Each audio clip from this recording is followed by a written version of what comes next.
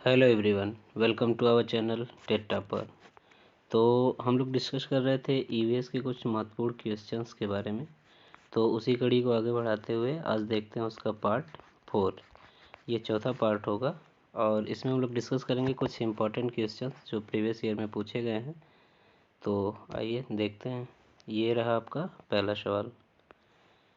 Question ये है कि पर्यावरण अध्ययन की अपनी कक्षा में समूह क्रियाकलाप का निर्माण करते हुए आप निम्नलिखित विचारों में से किसका ध्यान रखेंगे। मतलब ये कुछ विचार दे रखे हैं, इनमें से किन किन विचारों का आप ध्यान रखेंगे जब आप पर्यावरण अध्ययन की अपनी कक्षा में सामूहिक क्रियाकलाप करवा रहे होंगे।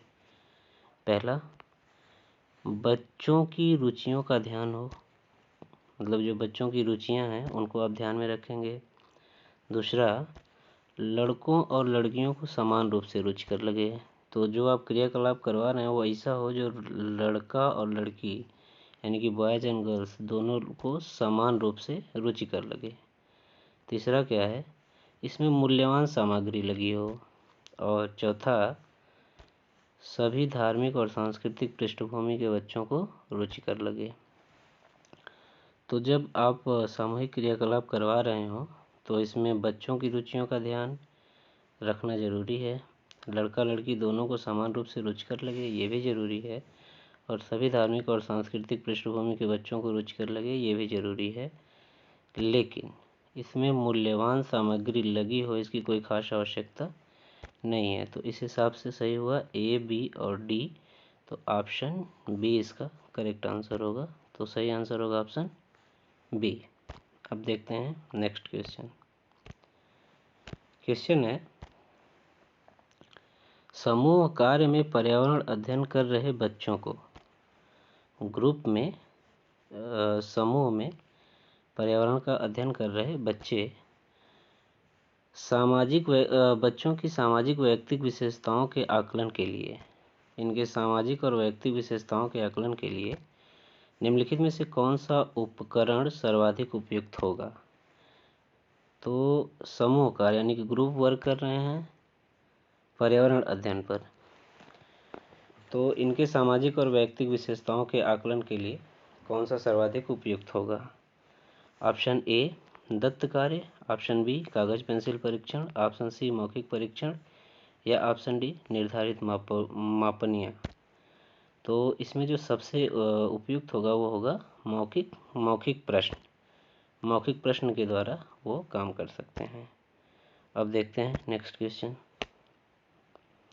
अगला है, कक्षा चार की एक शिक्षिका हैं।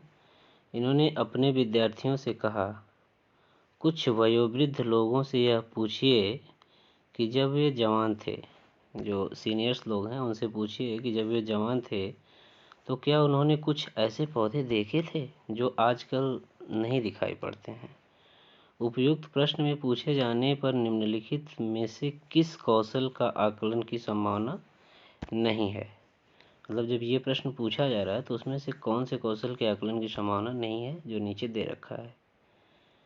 चर्चा कौशल, प्रश्न पूछना, अभिव्यक्ति या प्रयोग। तो इसमें देखिए करना क्या है कि कुछ वयोवृद्ध लोगों से पूछिए कि जब वे जवान थे तो उन्होंने कुछ ऐसे पौधे देखे थे जो आजकल दिखाई नहीं पड़ते। तो जब दिखाई नहीं पड़ते तो उसमें प्रयोग संभव नहीं है।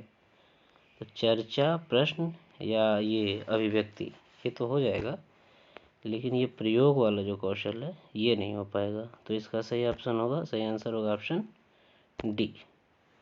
नेक्स्ट देखते हैं। क्वेश्चन है, एक शिक्षक प्रत्येक बच्चे को अपने घरों की रद्दी सामग्री जो घर की रद्दी सामग्री है रद्दी सामग्री से कूड़ा उपयोग वस्तु बनाने को कहता है। जो आपके वेस्ट मटेरियल्स हैं उनसे कुछ वस्तु बनाने के लिए एक टीचर कहते हैं। तो शिक्षक का शैक्षिक अभिप्राय नहीं है। ऐसा कौन सा अभिप्राय है जो उनका नहीं है। ऑप्शन ए कूड़े से बनी श्रेष्ठ वस्तुओं की प्रदर्शनी आयोजित करना, ऑप्शन बी कक्षा में श्रेष्ठ विद्यार्थी के बारे में निर्णय करना।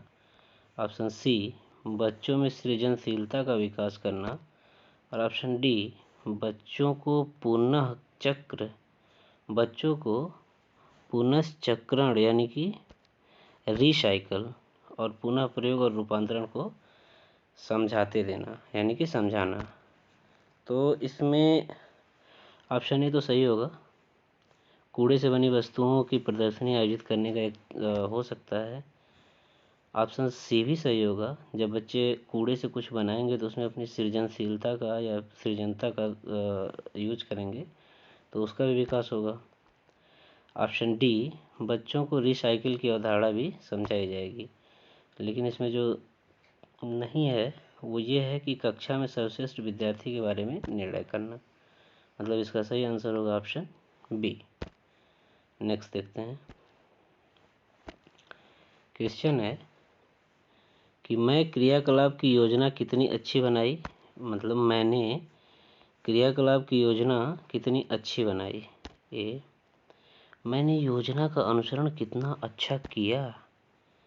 मेरी शक्तियाँ क्या थीं। मुझे सचमुच कठिन क्या लगा। ये किस क्वेश्चन है। तो इसमें ये पूछ रहा है कि ऊपर दिए गए 4 प्रकार के प्रश्नों में उत्तरों से होगा। मतलब ये जो 4 प्रश्न हैं इनके उत्तरों से क्या होगा वही पूछ रहा है। तो इनके उत्तरों से बच्चे और शिक्षक दोनों का स्व आकलन होगा। मतलब जब आप खुद से ये सारे सवाल करेंगे तो आप अपना स्व आकलन कर रहे होंगे। तो इससे मतलब इसका जो आंसर सही होगा वो ऑप्शन बी होगा। अगला देखते हैं। क्वेश्चन है, एक शिक्षक ने अपने विद्यार्थियों को विभिन्न पशुओं के चित्र देते हुए मतलब एक शिक्षक हैं वो अपने विद्यार्थियों को विभिन्न पशुओं के चित्र दिए और पशुओं पर रंग भरने को कहते हैं। उन्होंने चित्र दिया और उसको रंगने के लिए कहा, जो हमारे घरों में नहीं रहते हैं। ऐसे पशुओं को जो घर में नहीं पाए जाते हैं, घर में नहीं रहते हैं। इस क्रियाकलाप का उद्देश्य है। तो इस क्रियाकलाप का क्या उद्देश्य है। ऑप्शन ए, सृजनात्मकता का विकास करना। ऑप्शन बी, अवलोकन का विकास करना। सी, वर्गीकरण कौशल का विकास करना। और डी, डाटा संग्रहण का विकास करना। तो देखिए, जब आप बच्चों से कहते हैं कि ऐसे पशुओं के चित्र बनाओ और उनको रंगो जो घर में नहीं है या आपके घरों में नहीं पाए जाते, तो बच्चा बाहर की चीज़ों को सोचेगा यानी कि उसके सृजनात्मकता का विकास होगा, अवलोकन का भी विकास होगा और वर्गीकरण कौशल का भी विकास होगा। क्लासिफाई करेगा कौन सा जानवर पालतू है, कौन सा जंगली है, इस तरीके की चीज़ें। लेकिन ये डाटा संग्रह का विकास करना ये खास उद्देश्य में शामिल नहीं है। तो इसलिए इसका जो ऑप्शन सही होगा ए, बी और सी, और ए, बी, सी किस में दे रखा है ऑप्शन सी में। तो सही आंसर होगा ऑप्शन सी। अगला देखते हैं। नेक्स्ट क्वेश्चन है कि निम्नलिखित में से कौन सा राज्य जम्मू और कश्मीर का पड़ोसी राज्य है। देखिए, जम्मू और कश्मीर का पड़ोसी राज्य देखने के लिए अभी तो ये कोई ऑप्शन सही नहीं होंगे, क्योंकि जम्मू कश्मीर को 2 राज्यों में बांटा गया है। जम्मू कश्मीर पहले एक राज्य था, तो उसको अब 2 केंद्र शासित प्रदेशों में बांट दिया गया है। देखते हैं अब उसके पड़ोसी कौन कौन से हैं। तो ये रहा आपका जम्मू कश्मीर। जम्मू कश्मीर को 2 भागों में बांटा गया, जम्मू कश्मीर और लेह लद्दाख। तो अब पड़ोसी कौन कौन से होंगे। ये जम्मू कश्मीर है, इसी का पड़ोसी बताना है। पंजाब होगा, हिमाचल प्रदेश होगा और लद्दाख होगा। तो जम्मू कश्मीर के पड़ोसी राज्य कौन कौन से हैं, पंजाब, हिमाचल और लद्दाख। तो 3 पड़ोसी राज्य हैं जम्मू कश्मीर के। ठीक है, अब नेक्स्ट देखते हैं। अगला क्वेश्चन ये है कि पशुओं की त्वचा पर जो विविध पैटर्न या डिजाइन है, जो पशु की त्वचा है उस पर जो विभिन्न पैटर्न या डिजाइन है वो क्या है। ऑप्शन ए है उस जलवायु के कारण होते हैं जिसमें वो रहते हैं। ऑप्शन बी है उनकी शारीरिक शक्ति को इंगित करते हैं। ऑप्शन सी है परावर्तित प्रकाश के कारण होते हैं, और ऑप्शन डी है उनकी त्वचा पर बालों के कारण होते हैं। तो इसका जो सही आंसर होगा वो होगा ऑप्शन ए, उस जलवायु के कारण होते हैं जिसमें वे रहते हैं। अब देखते हैं नेक्स्ट क्वेश्चन। क्वेश्चन है कि जो व्यक्ति जंगल में कम से कम 25 वर्षों से रह रहे हैं उनका उस जंगल भूमि पर उसमें पैदा होने वाली वस्तुओं पर अधिकार है। मतलब जो कम से कम 25 साल से जंगल में रह रहे हैं लोग, उनका उस जंगल भूमि यानी कि जो जंगल की ज़मीन है उस पर और उसमें पैदा होने वाली वस्तुओं पर अधिकार है। यह जनादेश किसके द्वारा दिया गया? तो ये जो जनादेश आया वो आया आपका जंगल अधिकार अधिनियम 2007 के तहत। मतलब जंगल अधिकार अधिनियम 2007 के तहत ये आया कि जो लोग कम से कम 25 साल हो गए और वो जंगल में रह रहे हैं तो जंगल की भूमि और उस भूमि से पैदा होने वाली वस्तुओं पर उनका अधिकार है। तो इसका सही आंसर होगा ऑप्शन सी। अब देखते हैं नेक्स्ट क्वेश्चन है कि जो घटपर्णी पौधा है नेपेंथीज, इसके बारे में क्या सही है? तो ऑप्शन ए है का मुंह छोटे छोटे कांटों से ढका होता है, भारत में नहीं पाया जाता है, मेंढकों, कीड़ों मकोड़ों और चूहों को चालाकी से फंसाकर खा जाता है, या फिर कीड़े मकोड़ों को आकर्षित करने के लिए रक्त तारत्व की ध्वनियाँ निकालता है। तो इसका जो सही ऑप्शन होगा वो होगा आंसर ऑप्शन नंबर सी। सही आंसर सी होगा, मेंढकों, कीड़े मकोड़ों और चूहों को चालाकी से फंसाकर खा जाता है। आइए देखते हैं आज इसको। तो ये रहा ये पौधा, इसको देखिए कि ये कैसे कीड़े मकोड़ों को खा रहा है।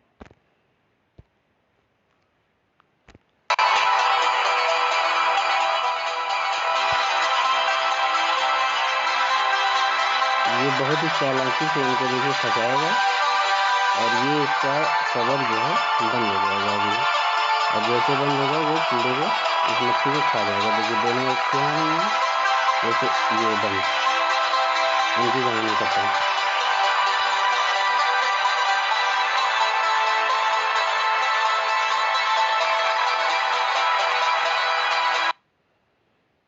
तो इसी तरीके से चालाकी से फंसा के इनको खा लेता है।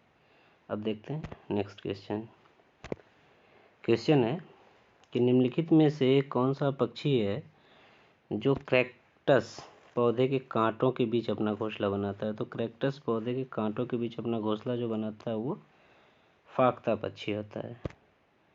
अब देखते हैं अगला सवाल। तो ये फाख्ता था, फाख्ता पक्षी, यानी कि इसका ऑप्शन डी सही है। तो ये रहा इस वीडियो का एंड। मिलते हैं अब अगले पार्ट में। वीडियो कैसा लगा ज़रूर बताइएगा। Thank you.